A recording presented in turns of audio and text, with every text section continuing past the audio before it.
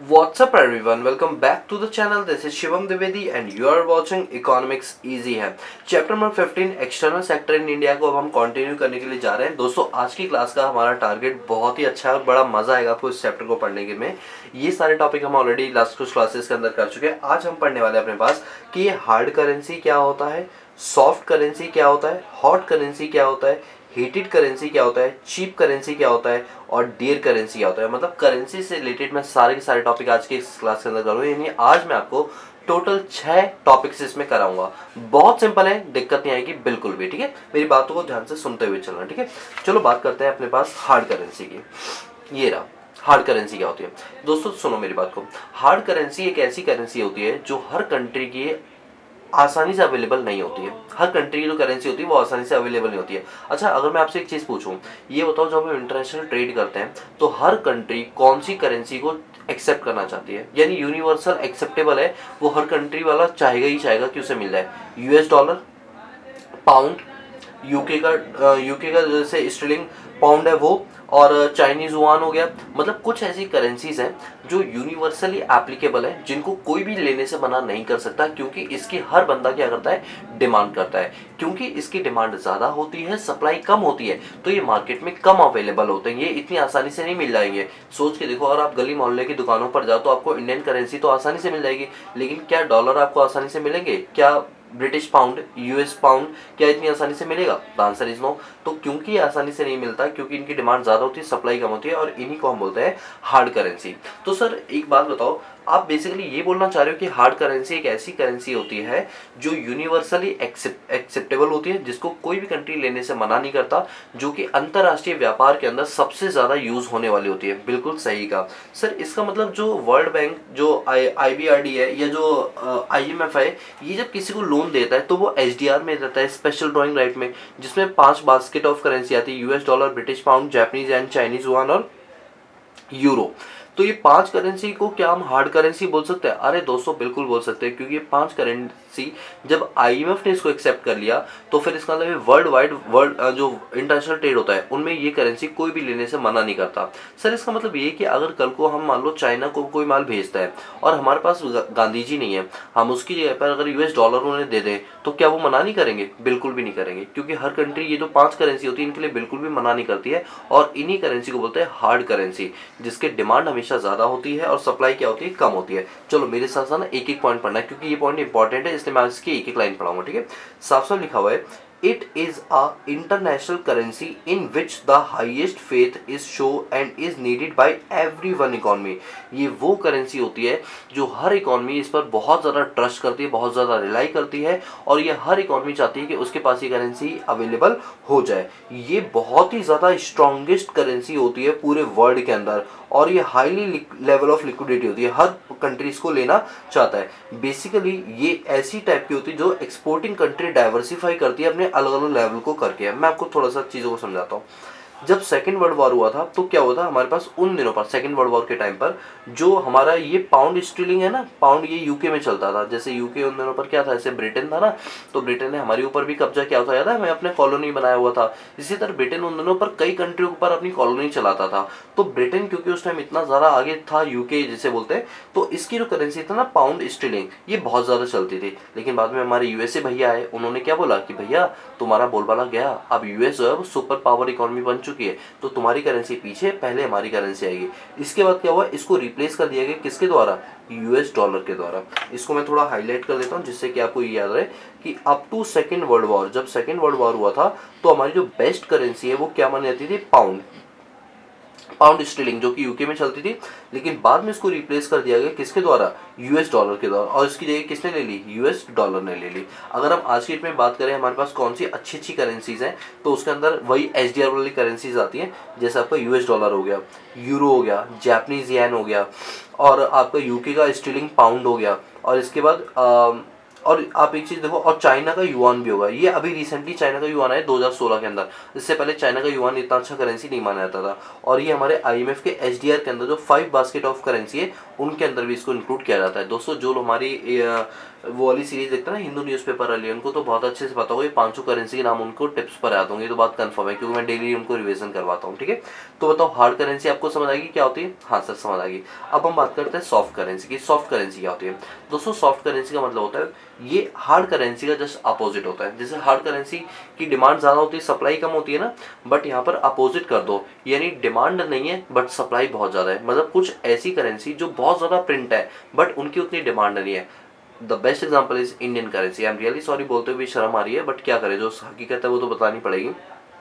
दोस्तों हमारी Indian currency जो होती है ना, वो नेपाल में थोड़ी बहुत चल जाती है, पाकिस्तान में चल जाती है, बांग्लादेश में चल जाती है और भूटान में। ये वो 3-4 कंट्री है जो हमारी बॉर्डर इलाके में आती है, बस यहाँ हमारी करेंसी चलती है। बाकी कहीं भी हमारी करेंसी नहीं चलती, कोई भी लेना नहीं चाहता हमारी करेंसी। हमें जब भी व्यापार करना होता है तो हमें उनकी करेंसी में पेमेंट करनी पड़ती है, या जो ये 5 करेंसीज है इनमें से किसी में पेमेंट करनी पड़ती है। यानी हमारी करेंसी की मार्केट में सप्लाई तो बहुत ज़्यादा है बट डिमांड उतनी नहीं है, और इसको बोलते हैं सॉफ्ट करेंसी। क्या बोलते हैं? Soft currency. ठीक है, तो सॉफ्ट करेंसी क्या होता है? ये टर्म यूज किया जाता है कहाँ पर? फॉरेन एक्सचेंज मार्केट में, जहां पर कहा जाता है कि करेंसी आसानी से अवेलेबल हो जाता है, इजीली अवेलेबल। मैंने बोला ना जैसे कि कोई इकोनॉमी ऐसी है जैसे हमारी इंडिया है, इंडिया के अंदर क्या है, हमारी जो इंडियन करेंसी वो आसानी से अवेलेबल है। किराने की दुकान पे भी जाओगे तो आसानी से आपको ये चीज़ें मिल जाएंगी। साफ साफ का example, rupee is a soft currency, क्योंकि इंडियन मार्केट के अंदर, फॉरेक्स मार्केट के अंदर ये आपको आसानी से अवेलेबल हो रहेगा। तो सर एक काम करो ना, आप यहाँ पर लिख दो। चलो ठीक है, आप लोगों ने बोला तो मैं लिख देता हूँ। ये वो करेंसी होती है जिसकी डिमांड कम होती है और सप्लाई क्या होती है? ज़्यादा होती है, जिसकी वजह से इसकी वैल्यू खत्म हो जाती है और ये क्या बन जाती है? सॉफ्ट करेंसी बन जाती है। बोलो क्लियर हुआ? अच्छा, सॉफ्ट करेंसी जो है वो हार्ड करेंसी जस्ट अपोजिट है। अरे देखो ना, अपोजिट तो वैसे भी हार्ड सॉफ्ट, अपोजिट वर्ड नहीं है हार्ड और सॉफ्ट, तो वही मीनिंग में भी अपोजिट है। ठीक है, चलिए बात करते हैं हॉट करेंसी की। दोस्तों हॉट करेंसी क्या होता है? बहुत इंपॉर्टेंट टॉपिक, ध्यान से सुनना। हॉट करेंसी का मतलब होता है, जैसे आप ये मान के चलो हमारे पास कई ऐसी कंपनियां हैं, विदेशी कंपनियां जो भारत के अंदर निवेश कर रही हैं। जैसे हमारी इंफोसिस है, टाटा है, सबको नजर आ रहा है ये वो कंपनी है भारत की उभरती हुई, जिनमें पैसा लगाओगे तो अच्छा खासा आपको रिटर्न मिलेगा। तो ये बात हमें भी पता है, फॉरेन इन्वेस्टर्स को भी पता है। तो फॉरेन इन्वेस्टर्स ने क्या किया? इंडिया में पैसा इन्वेस्ट करना शुरू किया। अब जब इंडिया की इन कंपनियों में उन्होंने पैसा इन्वेस्ट किया तो ये तो हमारी इंडिया के लिए बहुत अच्छी बात है कि इंडिया के अंदर FDI, फॉरेन डायरेक्ट इन्वेस्टमेंट और फॉरेन पोर्टफोलियो इन्वेस्टमेंट बढ़ रहा है। लेकिन कल को अगर इन्हें समझ में आता है कि चाइना की जो कंपनी है वो हमारी कंपनियों से ज़्यादा ग्रो अप कर रही है, तो वो क्या करेंगे? सडनली अपने शेयर को बेच देंगे, पैसा जो था फॉरेक्स में वो निकाल लेंगी और वो सारा पैसा दूसरी कंट्री में चला जाएगा। यानी सडनली हमारी कंट्री से जो फॉरेक्स है उसका क्या हो जाएगा? आउटफ्लो हो जाएगा। तो ऐसे में जो करेंसी को कहा जाता है, उस कंसेप्ट का नाम होता है हॉट करेंसी। यानी हॉट करेंसी का मतलब होता है कि जब हमारी जो करेंसी है वो इतनी जल्दी से आउटफ्लो हो जाती है, पता चलता है कि इससे हमारी इकोनॉमी पर नेगेटिव इंपैक्ट पड़ता है, तो इससे हमारी वैल्यू जो है वो कम होनी स्टार्ट हो जाती है, और इस कंसेप्ट को बोलते हैं हॉट करेंसी। क्या बोलते हैं? Hot currency. आप पढ़ के देखो, समझ आएगा। हॉट करेंसी एक ऐसी टर्म है फॉरेक्स मार्केट के अंदर जो कि टेम्परेरी रूप से पाई जाती है, मतलब ये रेगुलरली नहीं पाई जाती है। ये कब पाया जाता है? जब सडनली कोई, एक मिनट दोस्तों, जब सडनली हमारे यहाँ पर इकोनॉमिक के क्राइसिस आ जाता है, और जब इकोनॉमिक के क्राइसिस आते हैं तो उस केस में क्या होता है? जितने भी FDI और FPI वाले लोग होते हैं वो पैसा अपना आउटफ्लो कर लेते हैं, निकाल लेते हैं, जिसकी वजह से हमारा स्टॉक मार्केट डाउनफॉल में चला जाता है, और उस करेंसी बोलते हैं हॉट करेंसी, मतलब एक तरह से गर्म करेंसी। ठीक है, तो ये कहा गया कि ये जो होती है ड्यू टू सर्टेन रीजन, कुछ ऐसे रीजन होते हैं जिसके चलते ये इकोनॉमी के अंदर बहुत तेजी से आउटफ्लो हो जाते हैं। आप बोल सकते हो कि हॉट करेंसी मतलब वो होता है जब हमारे यहाँ पर जो FDI है और जो FPI है इसका आउटफ्लो बहुत तेजी से होने लगता है, इसे बोलते हैं हॉट करेंसी। ठीक है, अब बात करते हैं हीटेड करेंसी की। अच्छा, क्या होगा अगर मैं आपको बोलूँ कि जैसे हमारे यहाँ पर FDI हुई, ठीक है, फॉरेन डायरेक्ट इन्वेस्टमेंट हुई, कई सारे फिरंगियों ने हमारे यहाँ पर FDI और FPI किया, और कहाँ पर किया? ये हमारी इंडियन कंपनी में किया। ठीक है, तो इन्होंने पैसा लगाया, पता चलता है कि अब इनको ना चाइना पसंद आ गया, तो इन्होंने अपना पैसा सारे यहाँ से निकाल लिया, चाइना में लगा दिया, तो इस कंसेप्ट को बोलते हैं हॉट करेंसी। अब ये होता है जब पैसा बाहर निकाल लिया जाएगा तो ऐसा तो नहीं कि इंडियन मार्केट जो है वो खाली बैठा रहेगा। यहाँ पर RBI क्या करेगा? जितना भी आउटफ्लो हुआ है उसके बराबर ही क्या कर देगा? इंडियन रुपीज़ में पैसा डाल देगा।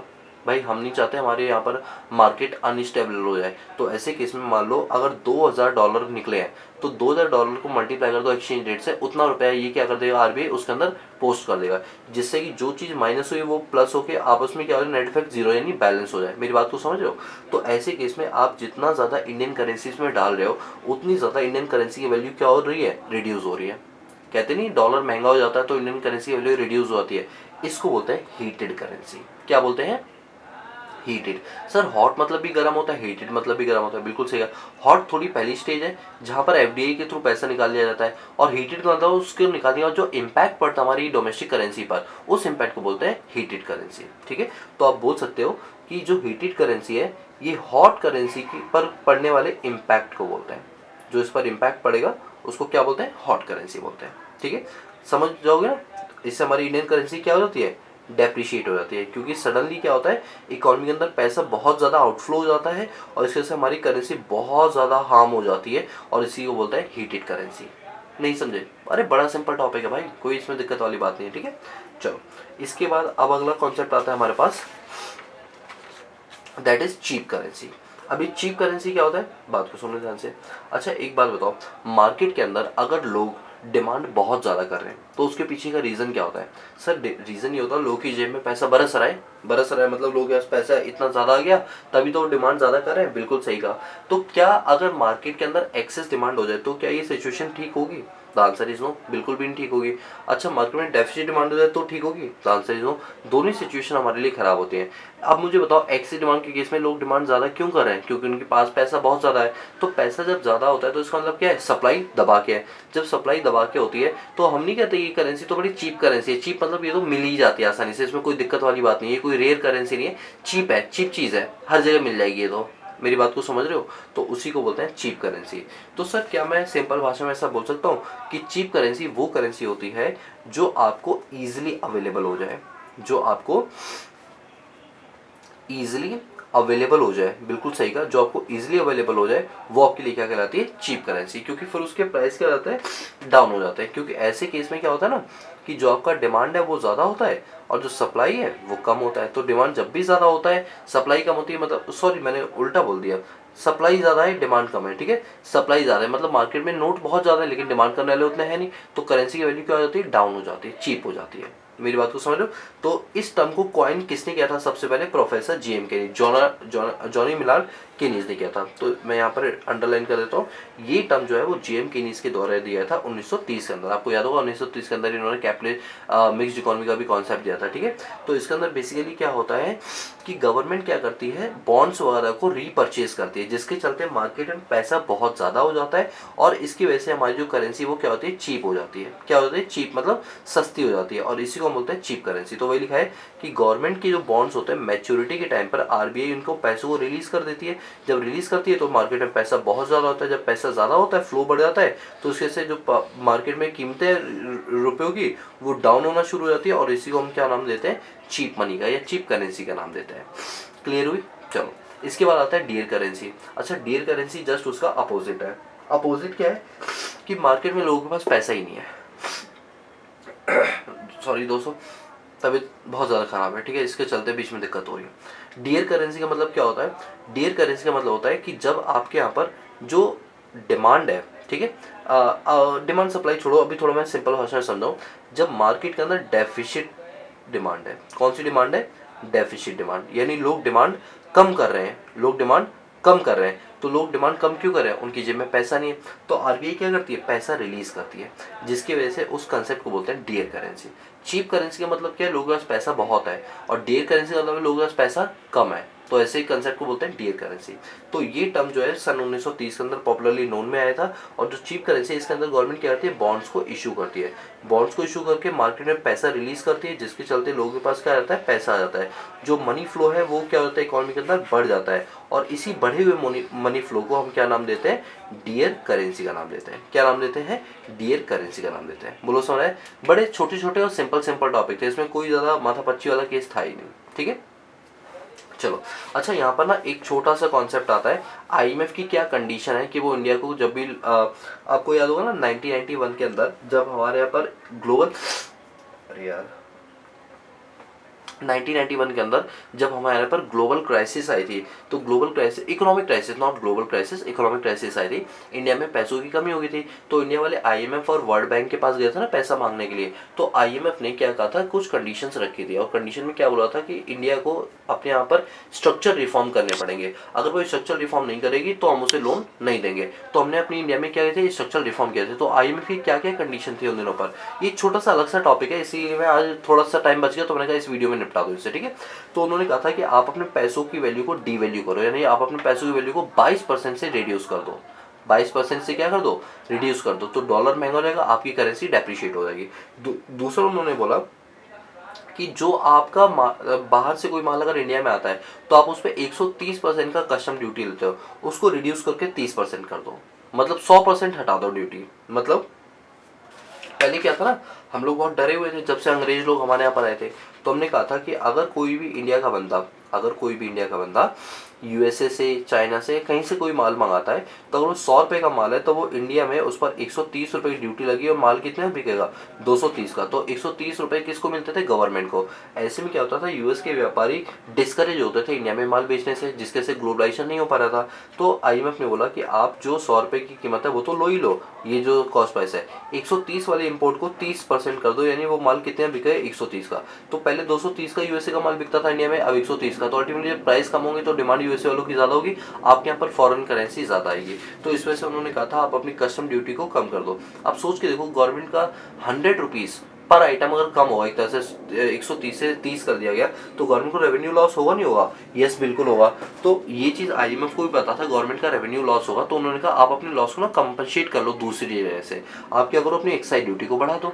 जब आपका एक्साइज ड्यूटी बढ़ाओगे ना, तो आपको जो पैसा यहाँ से नहीं मिल पाए वो यहाँ से मिल जाएगा, बट कम से कम चीजें बैलेंस हो जाएंगी। तो उन्होंने कहा एक्साइज ड्यूटी आप बढ़ा लो, कितने परसेंट से, 20% से, जिससे आप अपने लॉस को, जो ऊपर हुए रेवेन्यू लॉस को क्या कर पाओ, न्यूट्रल कर पाओ, न्यूट्रलाइज कर पाओ। और गवर्नमेंट को कहा गया कि आप जो ये फालतू के खर्चे कर रहे हो ना पब्लिक एडमिनिस्ट्रेशन पर, इन खर्चों को कम करो, क्योंकि तुम लोग खर्चा इतना करो जिस वजह से तुम्हें आर्थिक तंगी का सामना करना पड़ा 1981 के अंदर। तो आईएमएफ ने ये कुछ कंडीशन रखी थी जिसके ब्याह पर उसने क्या दिया, लोन। दोस्तों अगर आप हमारी रेगुलरली सीरीज देख रहे हो तो दोस्तों ये चीज मैंने आई थिंक 3rd या 4th चैप्टर के अंदर बहुत डिटेल के अंदर कराई थी। ये तो यहाँ टॉपिक दे दी इस वजह से मैंने करा दिया, वरना मैं मूड में नहीं था इसको कराने की, क्योंकि मैं ऑलरेडी इस चीज को कवर कर चुका हूँ, ठीक है। तो आपको ये टॉपिक समझ आ गई, यस सर बिल्कुल समझ आ गए। अब आज की क्लास के अंदर मैंने आपके साथ, अच्छा ये आईएमएफ की कंडीशन भी आज होगी, तो मैं इसको भी जो है टिक कर देता हूँ, ये लो। तो हमने अपने पास आज की क्लास के अंदर ये देखो, आईएमएफ की कंडीशन कर ली, हार्ड करेंसी कर लिया, soft currency, hot currency, heated currency, cheap currency और डियर करेंसी। छोटे छोटे टॉपिक है, देख लो सारी चीजें हो गई। अच्छा मुझे याद है अभी आपको मुझे एक्सटर्नल डेब्ट कराना है और कन्वर्टेबिलिटी, ठीक है, बट मुझे याद है, डोंट वरी, ठीक है, आगे कराऊंगा। आप नेक्स्ट क्लास में देखते हैं कौन सा नया टॉपिक आपको। वैसे 15 चैप्टर खत्म नहीं हुआ अभी, 15 चैप्टर में अभी ये देखो ये वाले पॉइंट्स भी पड़े हुए, ये वाले आई बस समझ। तो ये सारी चीजें अभी हम करेंगे, राइट। तो चलिए दोस्तों अभी आज की क्लास के लिए इतना रखते हैं। दोस्तों आप साथ के साथ ना करंट अफेयर वाली वीडियो देखा करो, और करंट अफेयर मैं किस में डालता हूँ, हमारे दूसरे यूट्यूब चैनल जिसका नाम क्या है, इंस्पायर्ड इकोनॉमिक्स। यूट्यूब पे सर्च करोगे आपको आसानी से मिल जाएगा, ठीक है। उस चैनल को भी सब्सक्राइब कर लो, क्योंकि वहाँ पर हम करंट अफेयर की वीडियो डालते हैं। तो जो चीज़ अभी हम पढ़ रहे हैं ना, इसका अगर कोई भी करंट अफेयर आपके एग्जाम में आएगा तो वो हम वहाँ डिस्कस करते हैं। और किसके थ्रू करते हैं, हिंदू न्यूज़पेपर के थ्रू। हिंदू न्यूज़पेपर पढ़ना आप सभी लोगों के लिए बहुत ज़्यादा इंपॉर्टेंट है, ठीक है। So guys that's all about this video lecture series. So guys, if you like the video, give a big thumbs up and subscribe the channel and press the bell icon so that you notify all the time when I post new video on this YouTube channel। बाकी मिलते हैं next class में, तब तक के लिए peace out.